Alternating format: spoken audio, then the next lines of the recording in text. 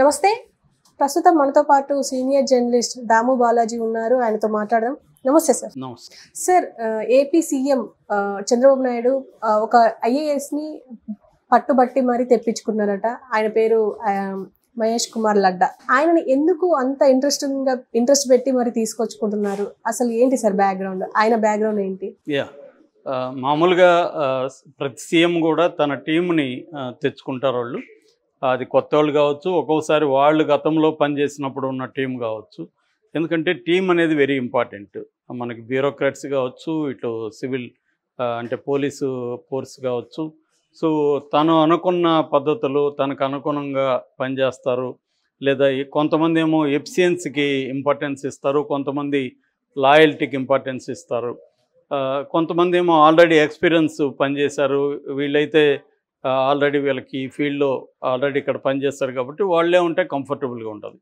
మనమైనా ఏ వ్యక్తి అయినా ఆఫీసులో అయినా కూడా మన చుట్టూ కంఫర్టబుల్ టీం ఉండాలని అనుకుంటారు. సో అలాగా చంద్రబాబు కూడా గతంలో పనిచేశాడు కాబట్టి ఆయన సీఎంగా ఉన్నాడు. సీఎంగా ఉన్నప్పుడు 2014 నుంచి 19 వరకు మహేష్ కుమార్ లడ్డా అనే అతను ఎస్పీగా పనిచేశాడు. సో ఇప్పుడు ఆయన్ను వీళ్ళు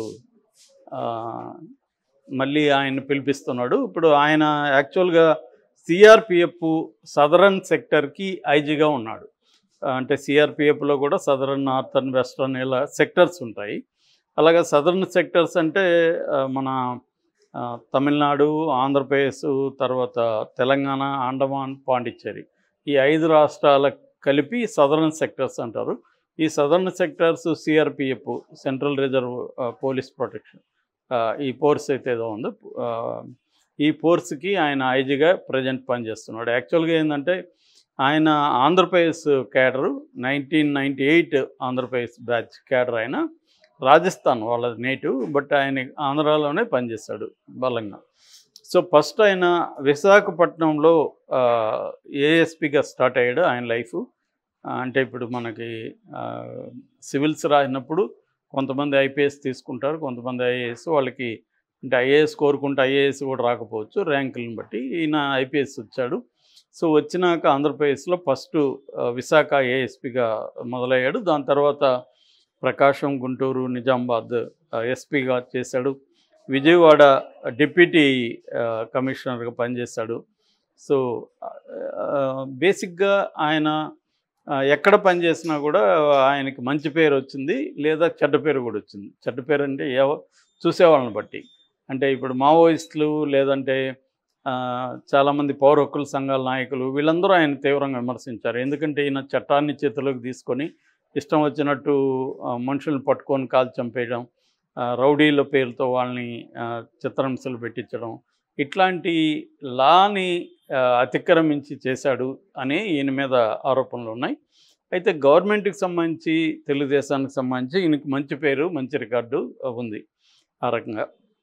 అయితే ఈయన ప్రకాశం డిస్ట్రిక్ట్లో ఎస్పీగా పనిచేసినప్పుడు అప్పుడు అక్కడ మావోయిస్ట్ మూమెంట్ చాలా స్ట్రాంగ్గా ఉండేది. నేను చెప్పేది ఉమ్మడి ఆంధ్రప్రదేశ్లో. సో అంటే 2005 ఆ ప్రాంతంలో ఈయన అక్కడ పనిచేశాడు. పనిచేసినప్పుడు ఈయన చాలామంది మావోయిస్టులని ఫేక్ ఎన్కౌంటర్లో కాల్చేయడం. ఇది ఈయన ఒకడే కాదు, చాలామంది ఎస్పీలు నక్సలైట్, అప్పట్లో వాళ్ళు నక్సలైట్లు అనేవాళ్ళు. అప్పట్లో సిపిఐ ఎంఎల్ పీపుల్స్ వార్ ఆ పార్టీ పేరు, సింపుల్గా పీపుల్స్ వార్ పార్టీ అనేవాళ్ళు. సో పీపుల్స్ వార్ నక్సలైట్లు ఎక్కువగా నల్లమల్ల ఏరియాలో పనిచేసేవాళ్ళు.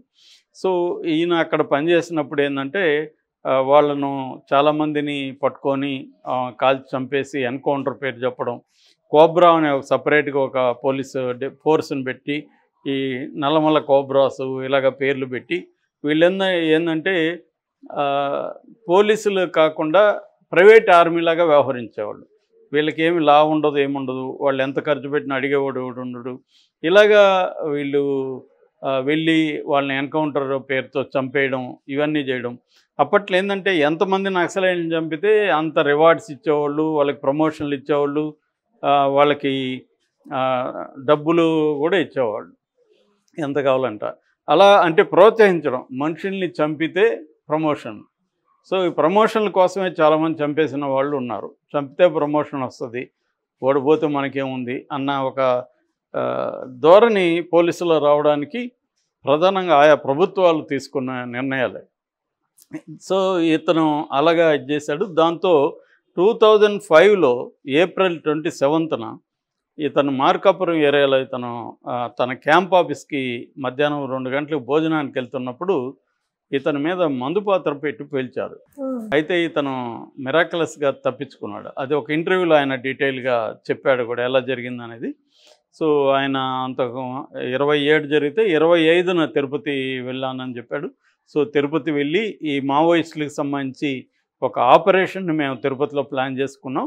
సో ఆపరేషన్ ఎందుకంటే ఆ తర్వాత రాజకీయ నాయకులు, పెద్ద నాయకులు సభలు సమావేశాలు ఉన్నాయి, వాటి మీద ఏమన్నా నక్సలైట్లు అటాక్ చేస్తారేమో అని ముందే మేము అఫెన్సివ్లోకి వెళ్దామని, సో మేము ఫారెస్ట్లో కోంబింగ్ పేరుతో కొంత టీముల్ని ఫామ్ చేసుకొని పంపించాము. 26 నేను వచ్చాను.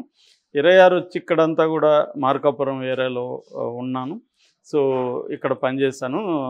రకరకాలుగా కంప్లైంట్లు వస్తే అవన్నీ పరిష్కరించాను.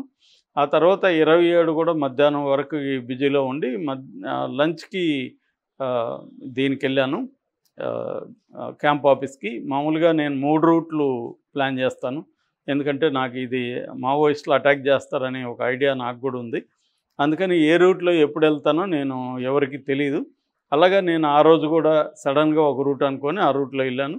బట్ వాళ్ళు ఆ రూట్లోనే అటాక్ చేశారు. అంటే వాళ్ళు కూడా 3 రూట్లో కాపులా కాస్తుంటారు. వాళ్ళకి కూడా మామూలుగా నక్సలైట్లు ఏం చేస్తారంటే ఎవరినన్నా ఒకరిని టార్గెట్ చేయాలంటే ఒక 6 నెలలు 1 ఇయర్ నుంచి కూడా ఒక్కొక్కసారి సీరియస్ అయితే రెక్కిలు చేస్తారనమాట. అంటే ఇప్పుడు ఫర్ ఎగ్జాంపుల్ హైదరాబాద్లో ఒక టాప్ పోలీస్ ఆఫీసర్ని అటాక్ చేయాలనుకో, ఒక టీం ఏం చేస్తుందంటే ఇక్కడ వచ్చి ఆఫీసర్ ఉన్న ఏరియాలోనూ ఎక్కడో ఒక చోట ఒక టెంపరీగా ఒక చిన్న ఇల్లు తీసుకుంటారు. ఇల్లు తీసుకొని స్టవ్ అవన్నీ వంట చేసుకొని పెట్టుకొని కూర్చుంటారు.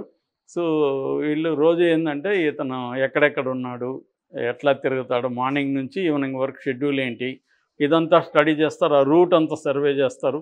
ఎక్కడ అతనికి వల్నరబుల్గా ఉండే పాయింట్ ఎక్కడ, మనకి సేఫ్గా ఉండే పాయింట్ ఎక్కడ, ఇవన్నీ చెక్ చేస్తారు. చెక్ చేసిన తర్వాత అక్కడ అటాక్ చేయాలంటే ఎంత టైంలో మనం అటాక్ చేయగలం, అంటే మన కంట్రోల్లో సీన్ ఉంటుంది. అంటే మన కంట్రోల్లో ఉండాలంటే మనం ఎక్కువసేపు ఉన్నాం అనుకో వేరే అటాక్ చేయొచ్చు, వేరే పోలీసులు రావచ్చు. సో క్విక్గా చేయాల్సి ఉంటుంది. అంటే సీన్ వీళ్ళ కంట్రోల్లో ఉంటే వీళ్ళు ఈజీగా చేయగలరు. సీన్ వీళ్ళ కంట్రోల్లో లేదు అనుకో, అప్పుడు కష్టం అవుతుంది. అందుకని ఇవన్నీ చూస్తారు. అట్లాగే చేసిన తర్వాత రిట్రీట్ అంటారు దాన్ని. అంటే వాళ్ళు అనుకున్న ఒక ప్లేస్ ఏదో ఉంటుంది, ఎక్కడికి వెళ్ళాలి ఇది చేసేసిన తర్వాత. సో చేసిన తర్వాత ఎలా ఎస్కేప్ అవ్వాలి, ఆటోల్లో వెళ్ళాలా, లేకపోతే టూ వీలర్లు తీసుకోవాలా, లేకపోతే వాక్ చేసి వెళ్ళాలా, ఎట్లా వెళ్ళాలి, ఎట్లా వెళ్తే పోలీసులు మనల్ని ఎట్లా ట్రేస్ చేసే అవకాశం ఉంది, వాళ్ళకి దొరకకుండా మనం ఏం చేయాలి, ఇవన్నీ వర్కౌట్ చేస్తారన్నమాట. అంటే ఒక మిలిటరీ డిసిప్లిన్ ఉంటుంది నక్సలైట్ ఇది. ఎందుకంటే వాళ్ళు ఇండివిజువల్గా కాదు, వాళ్ళకి ఒక మిలిటరీ సెల్ ఉంటుంది. అది నేషనల్ మన సెంట్రల్ మిలిటరీ కమిషన్ అని కూడా ఒకటి ఉంది. వాళ్ళు ఏం చేస్తారంటే గత కాలపు మిలిటరీ అనుభవాలన్నీ అందిస్తూ వస్తారు నెక్స్ట్ జనరేషన్కి.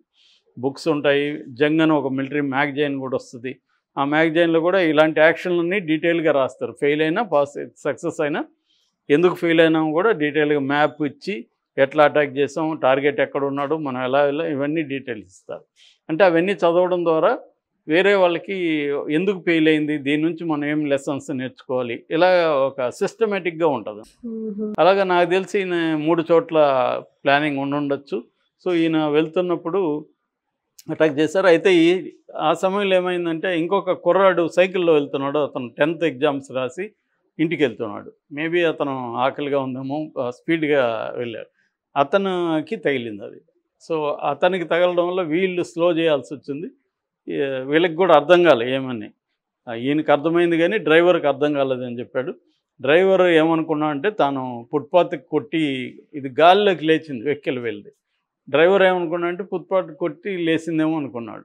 కానీ ఈయనకి అర్థమైంది ఇది బ్లాస్ట్ అయింది అని చెప్పి ఈయన ఇమీడియట్గా వీళ్ళని దిగమని దిగి వీళ్ళు ఫైరింగ్ స్టార్ట్ చేస్తారు. ఎందుకంటే నక్సలైట్లు మందుపాత్ర పెట్టినప్పుడు ఏం చేస్తారంటే ఇట్లాంటి జరిగినప్పుడు వాళ్ళు ఇమీడియట్గా అటాక్ మొదలు పెడతారు. సో ఈయన కూడా అటాక్ మొదలుపెట్టి సేవ్ అయ్యారు. దాంతో వాళ్ళు వెళ్ళిపోయారు. అలాగా అప్పట్లో ఇది పెద్ద సంచలనం 2005లో. సో అట్లా ఈయన చంద్రబాబుతో కలిసి చాలా కాలం పనిచేశాడు. సో చంద్రబాబుకి లాయల్గా ఉండడం కానీ ఈయన ఎబ్సెంట్గా ఉంటాడు అనేది అనుకున్నారు. అందుకని ఇప్పుడు చంద్రబాబు కేంద్రాన్ని అడిగాడు. కేంద్రం డిప్యుటేషన్ మీద ఈయన్ని పంపించింది. ఈయన 2019 వరకు ఉన్నాడు. జగన్కి ఈయనంటే పెద్దగా పడేట్లేదు. అందుకని జగన్ తన డిప్యుటేషన్ మీద కేంద్రానికి రికమెండ్ చేస్తే కేంద్రం ఈ పోస్టులో తీసుకుంది. ఇది మ్యాక్సిమం 5 ఏళ్ళు కానీ లేదా వాళ్ళు రిలీవ్ చేసే వరకు ఏది ముందైతే అది అనమాట. సో చంద్రబాబు అడగగానే ఇప్పుడు ఇచ్చారు. ఇప్పుడు ఆయన స్టేట్ ఇంటెలిజెన్స్ చీఫ్గా చంద్రబాబు అపాయింట్ చేసే అవకాశం ఉంది. ఎస్ఐబి అంటారు, స్పెషల్ ఇంటెలిజెన్స్ బ్రాంచ్. దానికి చీఫ్గా ఇంతకుముందు ఇప్పుడైతే విశ్వజిత్ ఉన్నాడు, కుమార్ విశ్వజిత్ అని ఎలక్షన్ కమిషన్ ఆయన పెట్టింది. అంతకుముందేమో సీతారామాంజనేయులు ఉన్నాడు జగన్ పీరియడ్లో. సో ఆయన మీద విమర్శలు వస్తే ఆయన తీసేసి కుమార్ విశ్వజిత్ని పెట్టారు. ఇప్పుడు ఆయన ప్లేస్లో ఈ లడ్డాని తీసుకొస్తున్నాడు. లడ్డాకైతే ఎబ్సెంట్ అనే పేరుంది. తెలుగు కూడా బాగా నేర్చుకున్నాడు ఆయన. ప్లస్ గ్రౌండ్ లెవెల్లో టీముని లీడ్ చేసే దాంట్లో కూడా ఆయన ముందుంటారు. మామూలుగా ఎస్పీలు హెడ్ క్వార్టర్స్లో ఉంటారు, కానీ ఈయన మార్కాపురంలోనే క్యాంప్ ఆఫీస్ పెట్టి